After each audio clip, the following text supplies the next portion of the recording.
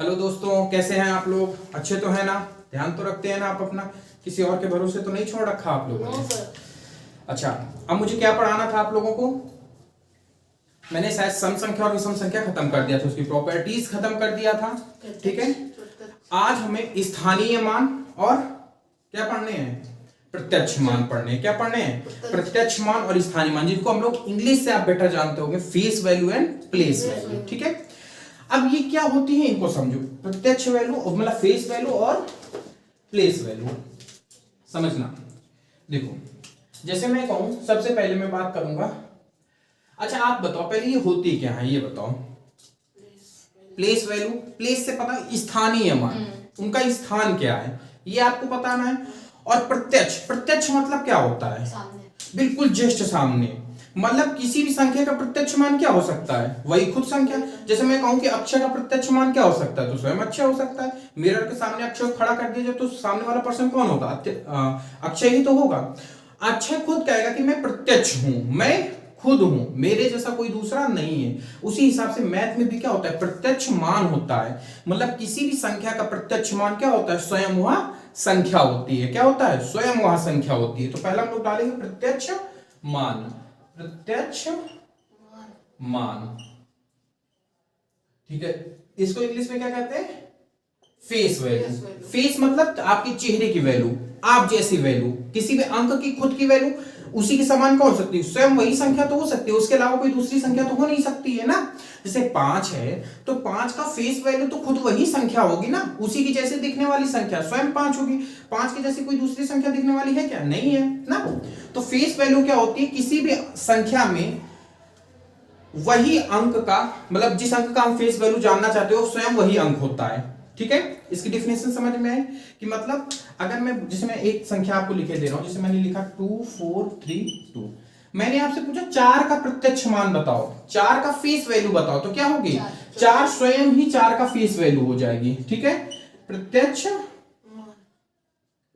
मान। ठीक है, प्रत्यक्ष क्या हो जाएगा? प्रत्यक्ष मान हो जाएगा। ठीक है, समझ में आई प्रत्यक्ष मान क्या है कि नहीं समझ में आया?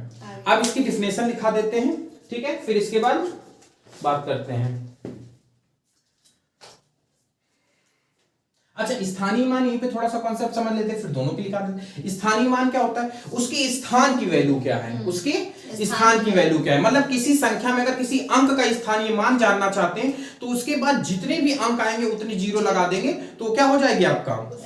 स्थानीय मान हो जाए। जैसे मैंने एक संख्या लिखी 2 4 1 3 एंड 2, तो मैंने कहा 4 का स्थानीय मान बताओ, तो 4 का स्थानीय मान क्या होगा? खुद तो 4 लिखेंगे, 1 2 3 000, तो ये क्या हो जाएगा? 4 का स्थानीय मान हो जाएगा। क्या हो जाएगा? स्थानीय मान हो जाएगा। ठीक है, बात समझ में आई आपको? अब डिफिनेशन लिखा देते हैं, समझो।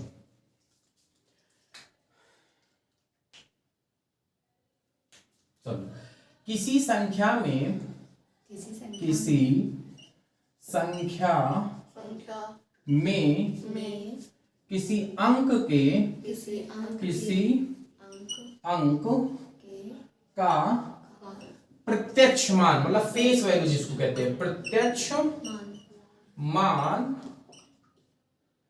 प्रत्यक्ष मान स्वयं वही अंक होता है। क्या होता है? प्रत्यक्ष मान स्वयं वही अंक होता है, अंक होता है। बात समझ में आई आपको? मतलब अगर किसी भी संख्या के हम किसी भी अंक का स्थानीय मान, प्रत्यक्ष मान जानना चाहते हैं तो हमारा वो क्या हो जाता है? वही संख्या हो जाती है। एग्जांपल के तौर पे मैं समझाऊं आपको। जैसे मैं कहूं 2 4 1 3 4, इसमें मैं कहूं कि 4 का प्रत्यक्ष मान बताओ, बताओ, तो क्या हो जाएगा? आंसर में हम क्या लिखेंगे? 4। क्या लिख देंगे? 4 लिख देंगे। ठीक है, 4 लिखेंगे। बात समझ में आई आपको? इसी भी तरीके से एक एग्जांपल मैं और देना चाहूंगा, 4 1 9 2 7। मैंने कहा कि इसमें 7 की फेस वैल्यू क्या हो जाएगी? तो 7 की फेस वैल्यू 7 ही हो जाएगी। ठीक है, पहला एग्जांपल था, ये दूसरा एग्जांपल था, अब ये तीसरा एग्जांपल है।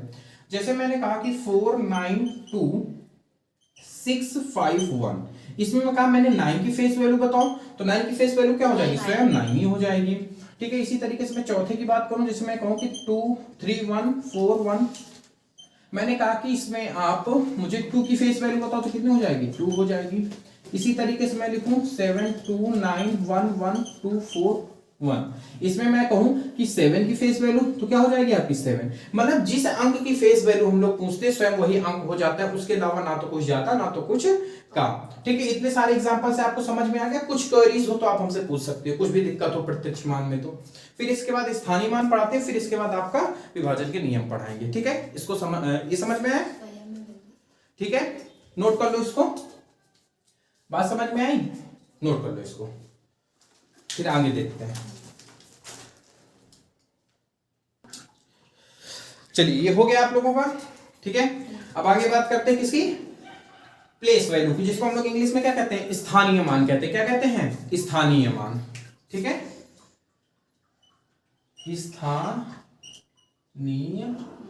मान, जिसको हम लोग इंग्लिश में क्या कहते हैं, प्लेस वैल्यू। क्या कहते हैं, प्लेस वैल्यू। ठीक है, अब ये क्या होती है, देखो मैं इसकी डिफिनेशन रटी रटाई आपको नहीं बताऊंगा कि आपको रटने में थोड़ी सी दिक्कत हो, देसी भाषा में मैं आपकी इसकी डिफिनेशन बताऊंगा। ठीक है, अब देसी भाषा में डिफिनेशन क्या होती है, यदि संख्या में किसी भी अंक का स्थानीय मान ज्ञात करना हो तो उस अंक के बाद जितने अंक और अधिक आते हैं उतने ही जीरो लगा देते हैं, और जो मान हमें प्राप्त होता है वही क्या हो जाता है, हमारा स्थानीय मान हो जाता है। कुछ समझ में आया मैंने क्या कहा आप लोगों को? एक बार लिख के बताते हैं, फिर समझाएंगे, तब समझ में आएगा। किसी संख्या में किसी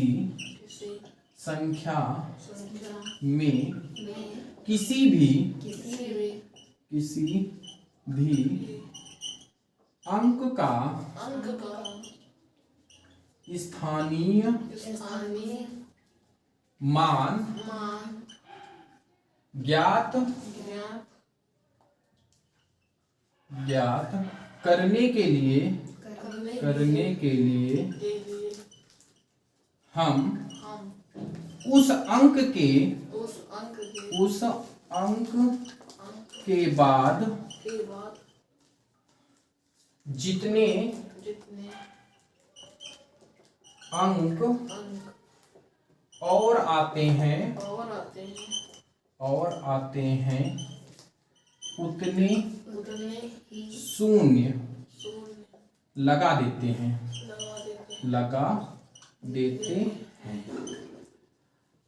अब जो भी मान हमें प्राप्त होता है वो क्या कहलाएगा, हमारा स्थानीय मान। अब जो भी मान हमें प्राप्त होगा वही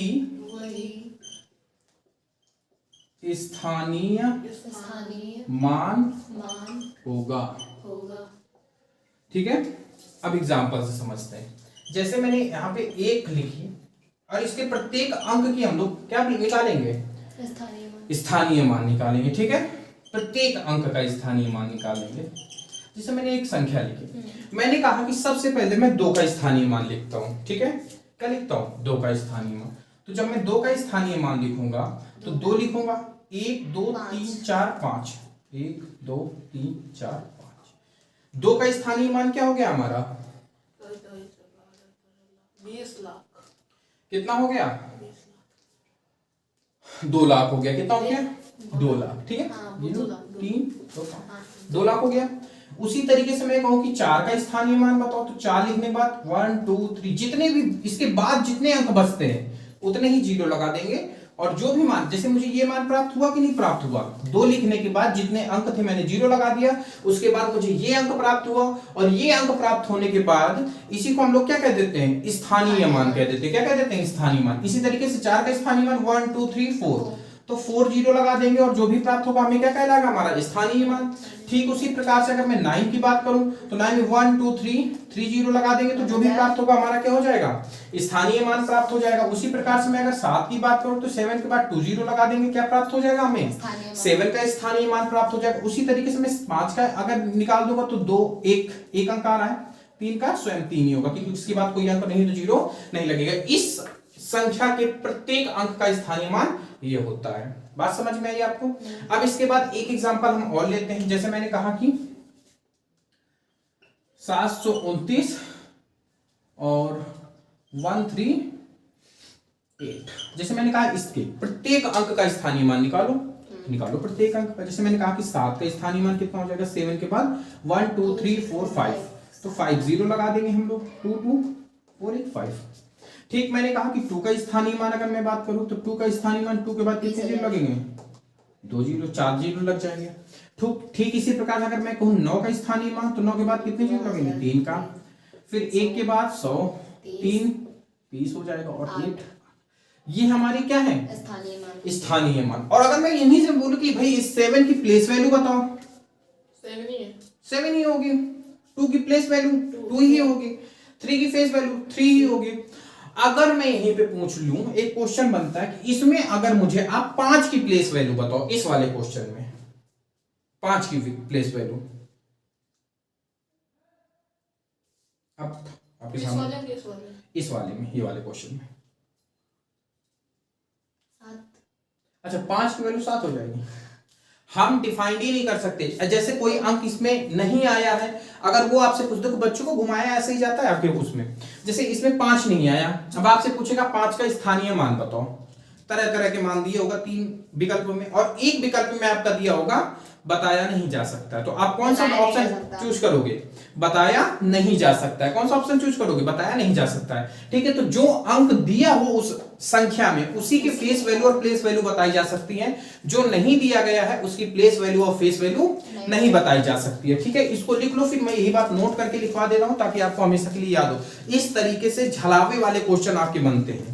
और जैसे शून्य का कभी कभी पूछ लेता है, शून्य का स्थानीय मान क्या होता है, तो शून्य कहीं पर भी लगा हो, शून्य का स्थानीय मान शून्य ही होगा। ऐसा नहीं कि शून्य के बाद जितने अंक आए उतने जीरो लगा देंगे।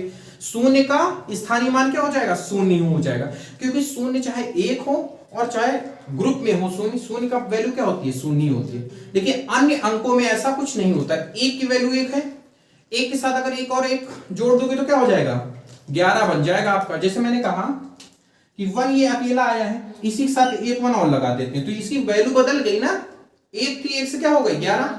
अगर मैं कहूं 0 है, अगर मैं एक और 0 लगा दूं तो इसकी क्या वैल्यू बदली, 0 ही रहेगा। इसलिए हम एक ही 0 देते हैं, 4-5 0 नहीं देते हैं। ठीक है, तो 0 की प्लेस वैल्यू 0 ही होगी, वो किसी भी स्थान पे आया हो। फेस वैल्यू स्वयं 0 ही होगी।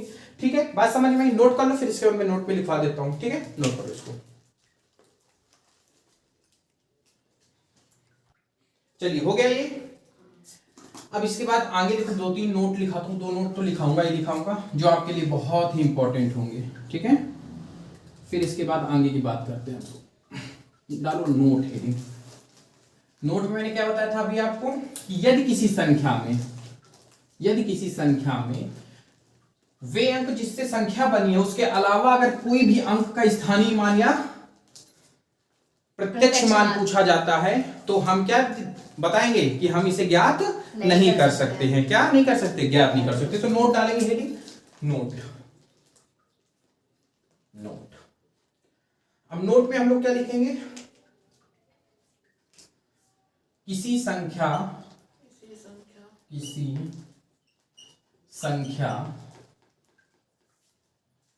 में वे जितने अंकों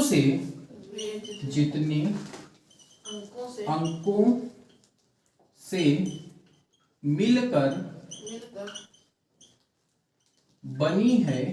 कौन बनी है, किसी संख्या में वे जितने अंक, वे मतलब संख्या जितने अंकों से मिलकर बनी है, उनके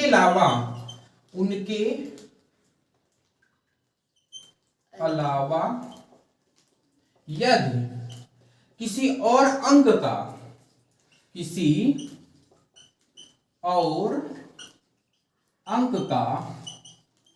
स्थानीय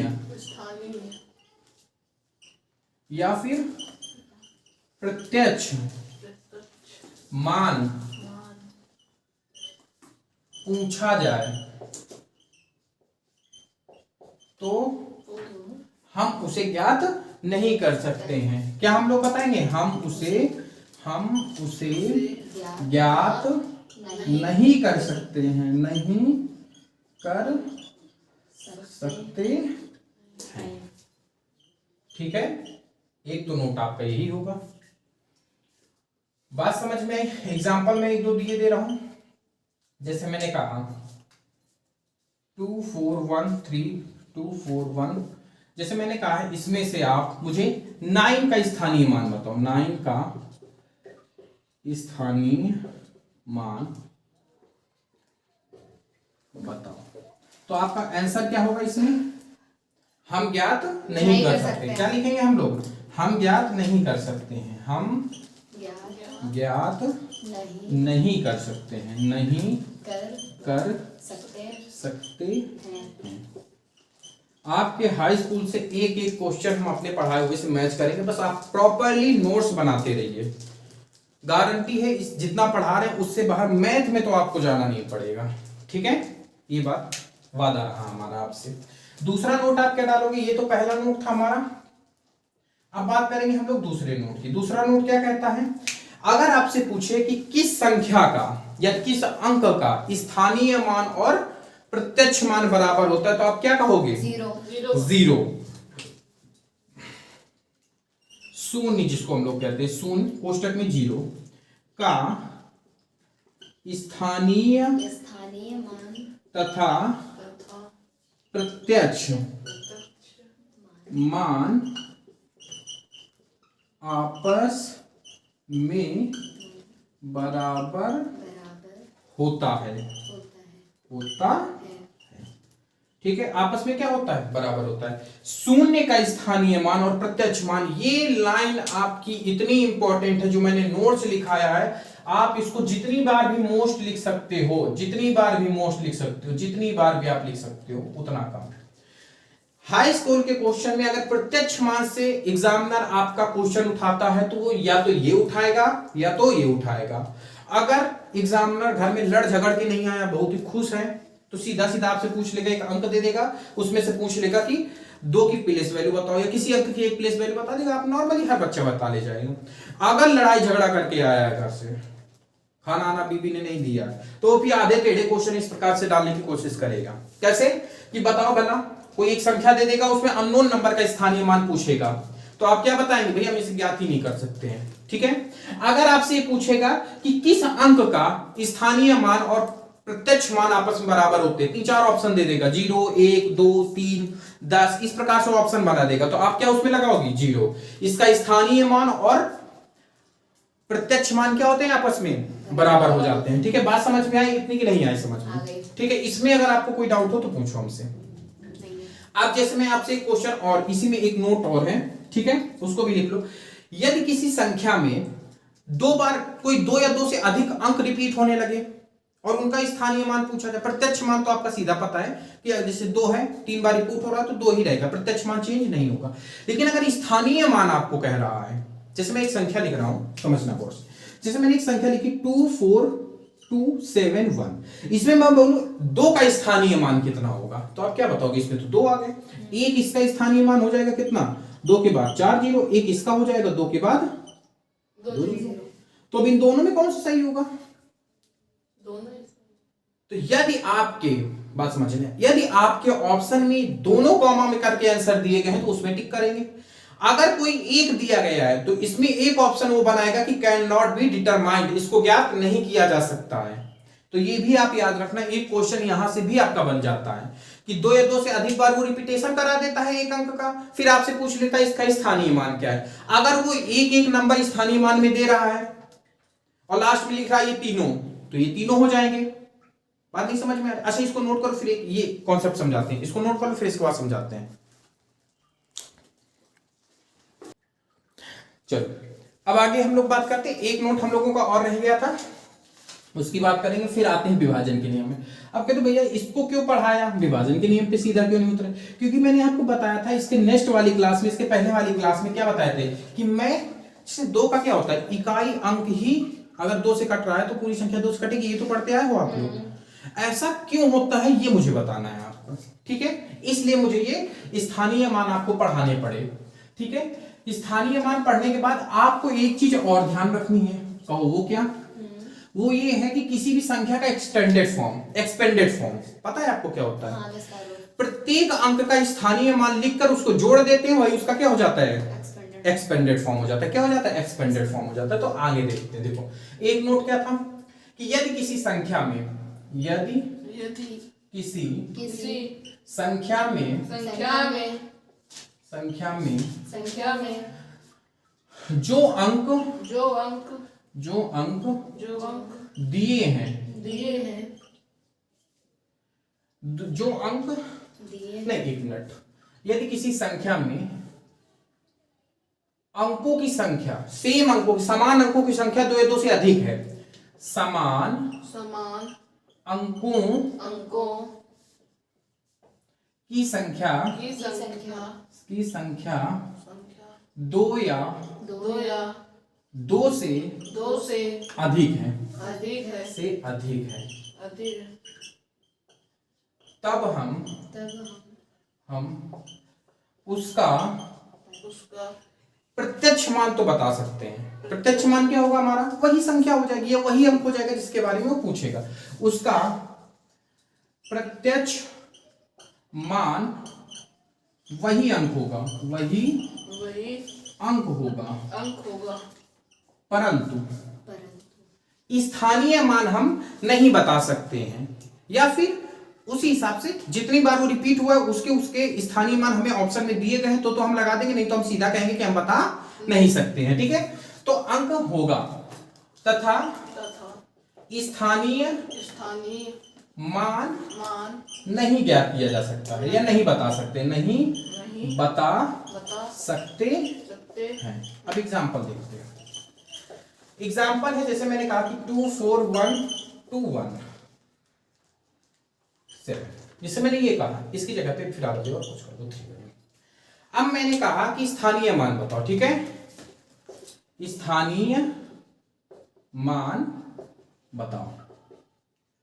अब स्थानीय मान बताने में देखो, जैसे मैंने कहा कि 7 का स्थानीय मान 7 होगा, 3 का स्थानीय मान 3 होगा, 2 का स्थानीय मान 200 होगा, 1 का स्थानीय मान 1 के बाद कितने जीरो लगेंगे? 3 जीरो।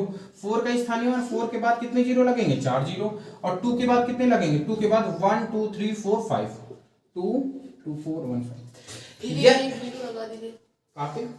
हाँ समझो, यहां पर आप गौर से समझना, यदि आपको ऑप्शन में ये वाला और ये अगर दोनों दिए गए हैं, बोथ में जैसे कभी कभी दे देता है, फर्स्ट में ये दे देगा, जैसे अब मैं इसका एग्जांपल ऑप्शन बना रहा हूं, जैसे मैंने दिया कि इसका ऑप्शन ये होगा पहला, दूसरा होगा ये, और तीसरा ऑप्शन दे देगा मतलब 1 तथा 2 ये दे देगा आपको, और चौथा ऑप्शन क्या बना देगा? इनमें से कोई नहीं, इनमें से कोई चौथा नंबर। तो कौन सा ऑप्शन चूज करोगे आप?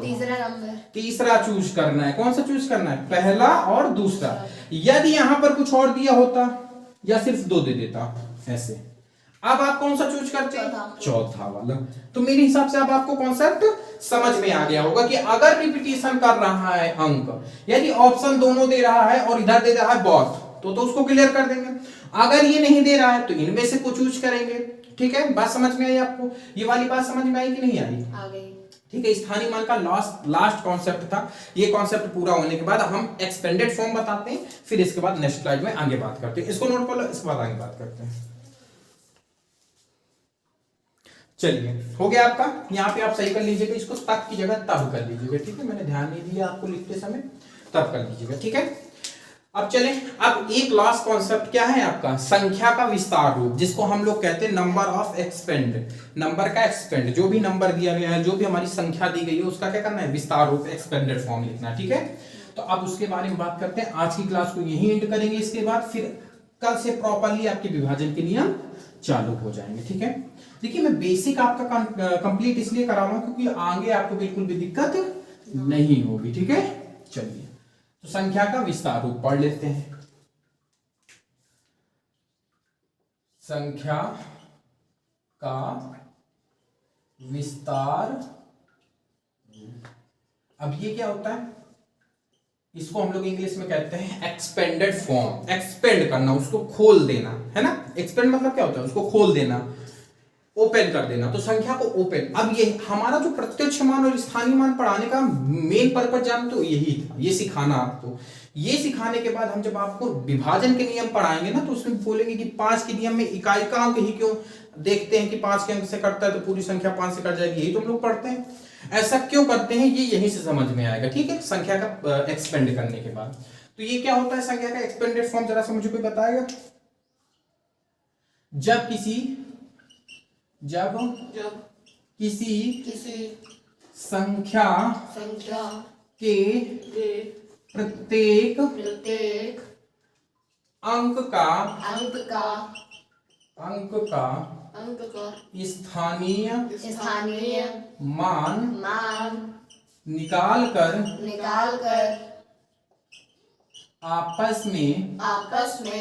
आपस में जोड़ देते हैं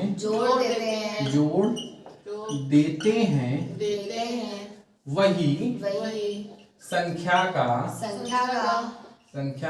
क्या होता है, संख्या का विस्तार रूप होता है, विस्तार रूप होता है। बात समझ में आई कि नहीं समझ में आई? समझो, जैसे मैंने एग्जांपल के तौर पे आप लिखा, 2 एग्जांपल दूंगा, 2 ही से आपको समझ में आ जाएगा। जैसे मैंने कहा 7 9 4 3 1, जैसे मैंने ये कहा, इसका सबसे पहले प्रत्येक अंक का हमें क्या लिखना है, प्रत्येक अंक का स्थानीय मान लिखो। प्रत्येक अंक का इसका क्या हो जाएगा 1, इसका क्या हो जाएगा 30, इसका क्या हो जाएगा 400, इसका क्या हो जाएगा 900, और इसका क्या हो जाएगा 740। लिखा मैंने, प्रत्येक का स्थानीय मान लिख दिया। अब इसको क्या करेंगे, जोड़ देंगे। तो जोड़ते समय एक चीज का दिमाग में ये रखना है कि जो संख्या इधर इस साइड है उसको भी इसी साइड लिखना है। तो हमारी क्या आएगी, सबसे पहले 7 आएगी, 7 के बाद कितने जीरो लगाने हैं, 4 लिखा। इसके बाद 9 आती है, 9 लिखेंगे, कितने जीरो लगेंगे, 3 जीरो लगेंगे। इसके बाद क्या आता है 4 में कितने जीरो लगेंगे, 2, फिर 3, फिर 1। यही आपका ये जो मुझे प्राप्त हुआ है ना, ये वाला मान, यही मान हमारा क्या है, आपका संख्या का विस्तार रूप। क्या है, विस्तार। बात समझ में आई आपको कि नहीं समझ में? आगे अब एक एग्जांपल से और समझा देते। अब मैं ये नहीं लिखूंगा, अब सीधा मैं इसका एक्सपेंडेड फॉर्म ही लिखूंगा, ठीक है। अब तो आपको काफी समझ में आ गया होगा कि नहीं समझ में आया, ठीक है। जैसे मैंने कहा इसका एक्सपेंडेड फॉर्म लिख के दिखाओ, तो आपको कुछ नहीं करना है। क्या करना है, इस वाली कितने जीरो है, 5, 2 2 4 1 5 जीरो लगा दिए। फिर 9 के बाद कितने जीरो लगेंगे, 4 जीरो लगा दिए। फिर 8 के बाद कितने जीरो लगेंगे, 3 जीरो लगेंगे। फिर 6 के बाद 2, फिर 5 के बाद 1 और 4। तो ये जो मुझे प्राप्त हुआ, ये हमारी संख्या का क्या है, विस्तार रूप। विस्तार रूप इस संख्या का क्या है, विस्तार। समझ में आई बात, ठीक है। और अगर इसमें कोई दिक्कत हो आपको तो समझ पूछ लीजिए, नहीं तो आज के क्लास को यहीं एंड करते हैं, ठीक है। चलिए, हमारे चैनल को सब्सक्राइब कीजिए, लाइक कीजिए, जिससे हमें मोटिवेट मिलेगा। धन्यवाद। आज की क्लास को यहीं एंड करते हैं।